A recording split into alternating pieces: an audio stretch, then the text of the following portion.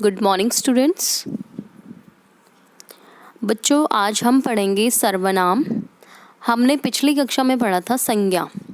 संज्ञा का अर्थ है नाम, यानी कि वे शब्द जो किसी व्यक्ति, वस्तु, स्थान या भाव का नाम बतलाते हैं उसे हम कहते हैं संज्ञा शब्द। और सर्वनाम शब्द आपके संज्ञा के स्थान पर प्रयोग किए जाने वाले शब्दों को कहा जाता है। तो सर्वनाम शब्द यानी कि सबका नाम। उदाहरण के लिए मैं, तुम, वह, कौन आदि।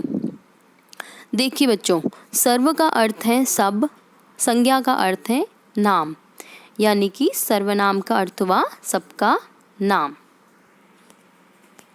अन्य उदाहरण देखिए बच्चों, यहाँ पे लिखा हुआ है मोहित ने मोहित के भाई से कहा कि मोहित की माँ से पूछकर कल मोहित के दोस्त के घर जाएगा।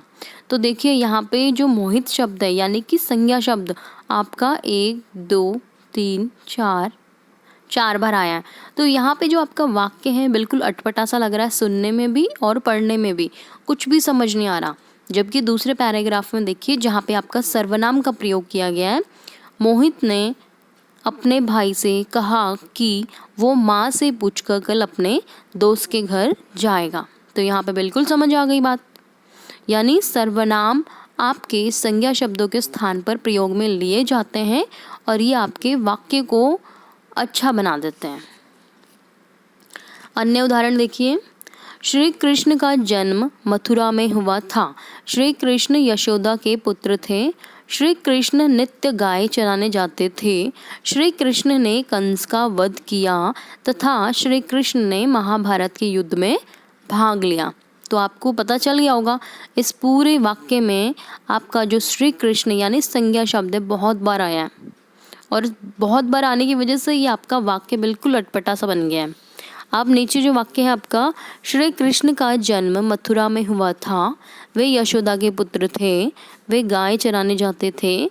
उन्होंने कंस का वध किया तथा उन्होंने महाभारत के युद्ध में भाग लिया। तो नीचे वाले पैराग्राफ में आपका वे, उन्होंने, इन दोनों सर्वनाम शब्दों का प्रयोग किया गया है और इस वजह से ही आपका वाक्य बिल्कुल सही भाव को दर्शाता है, यानी कि बिल्कुल हमें समझ आने लगा है जब सर्वनाम का उचित प्रयोग किया गया। तो चलिए आगे बढ़ते हैं, सर्वनाम के भेदों को देखते हैं। सर्वनाम के 6 भेद हैं। पुरुषवाचक सर्वनाम, निश्चयवाचक सर्वनाम, अनिश्चयवाचक सर्वनाम, संबंधवाचक सर्वनाम, प्रश्नवाचक सर्वनाम और निजवाचक सर्वनाम। तो चलिए अब एक एक करके इनको पढ़ते हैं और समझते हैं। पहला है आपका पुरुषवाचक सर्वनाम। पुरुषवाचक सर्वनाम के 3 भेद हैं, उत्तम पुरुष, मध्यम पुरुष और अन्य पुरुष। उत्तम पुरुष यानी कि बोलने वाला, जो वक्ता है, जो बात को कह रहा है, उसे हम कहते हैं उत्तम पुरुष। इसमें आपके मैं और हम और मेरा ये तीनों शब्द आते हैं, क्योंकि यहाँ पे जो व्यक्ति बोल रहा है वो हमेशा अपने आप को मैं ही समझेगा, यानी जो बात को बोल रहा है वो फर्स्ट पर्सन ही रहेगा, यानी उत्तम पुरुष। यहाँ पे लिखा है आपका मैं टीवी देखूंगा, तो मैं शब्द आपका क्या हुआ, जो बात को कह रहा है वही है, यानी उत्तम पुरुष। मेरा नाम अनिल है, तो मेरा नाम अनिल है, तो मेरा शब्द आपका फिर से उत्तम पुरुष होगा। हम 5वीं कक्षा के छात्र हैं।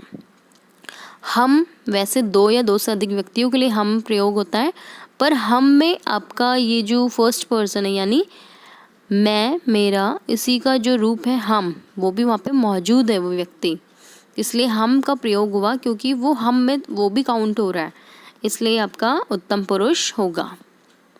मध्यम पुरुष यानी बोलने वाला, सुनने वाले के लिए जिन सर्वनाम शब्दों का प्रयोग करता है उसे हम मध्यम पुरुष कहते हैं, जैसे तुम, आप आदि। मध्यम पुरुष वो होता है जो बात को सुन रहा होता है, यानी श्रोता, सेकंड पर्सन। आप इधर बैठिए, यानी कि उत्तम पुरुष ने मध्यम पुरुष से कहा आप इधर बैठिए। तुम चित्र बनाओ, तो तुम शब्द भी आपका क्या है, मध्यम पुरुष, यानी कि सेकंड पर्सन के लिए हमने तुम यूज़ किया है। अन्य पुरुष, अन्य यानी थर्ड पर्सन, इसमें हम जिसके विषय में बात कर रहे होते हैं उन्हें हम अन्य पुरुष कहते हैं, जैसे वह, वे, उन्होंने। और इसकी पहचान ये है कि कभी कभी इसमें आपका जो थर्ड पर्सन है वो वहाँ पे मौजूद नहीं होता, यानी वो सामने ही नहीं होता और उसके बारे में बात हो रही होती है। जैसे वो झूठ बोलता है या फिर वो झूठ नहीं बोलता। तो यहाँ पे वो जो शब्द है वो थर्ड पर्सन के लिए प्रयोग में लिया जा रहा है, क्योंकि यहाँ पे वो व्यक्ति मौजूद है या नहीं है या फिर बहुत दूर है। तो यहाँ पे अन्य पुरुष के बारे में वो और उसके पास कार है, तो इस वाक्य में उसके, ये दोनों ही शब्द आपके वो और उसके अन्य पुरुषवाचक सर्वनाम का संकेत है। दूसरा भेद है आपका निश्चयवाचक सर्वनाम। नाम से जैसे आपको पता चल रहा है, निश्चय यानी बिल्कुल कन्फर्म। जिन सर्वनाम शब्द से हम किसी निश्चित प्राणी या वस्तु का बोध होता है उसे हम निश्चयवाचक सर्वनाम कहते हैं। जैसे यह मेरी घड़ी है, वह मेरे भाई का सहपाठी है।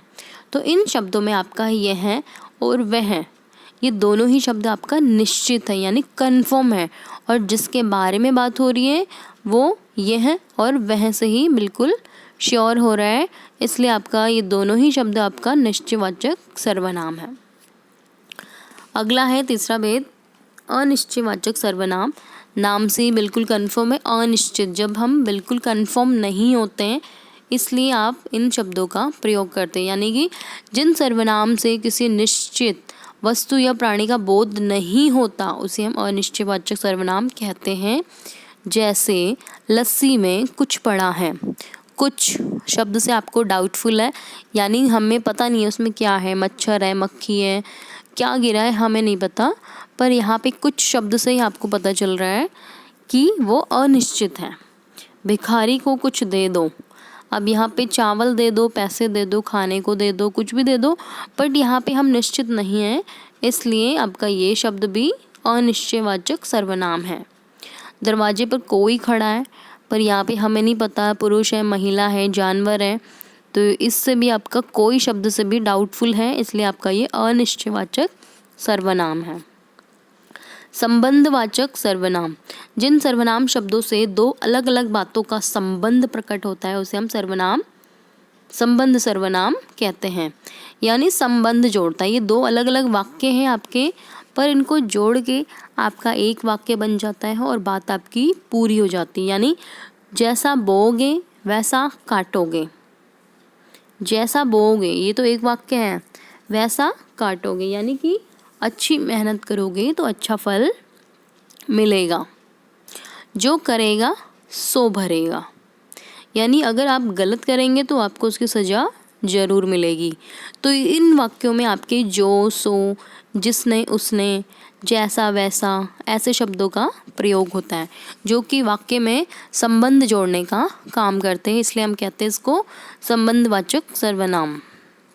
प्रश्नवाचक सर्वनाम। जिन सर्वनाम शब्दों का प्रयोग प्रश्न पूछने के लिए किया जाता है उन्हें हम प्रश्नवाचक सर्वनाम कहते हैं।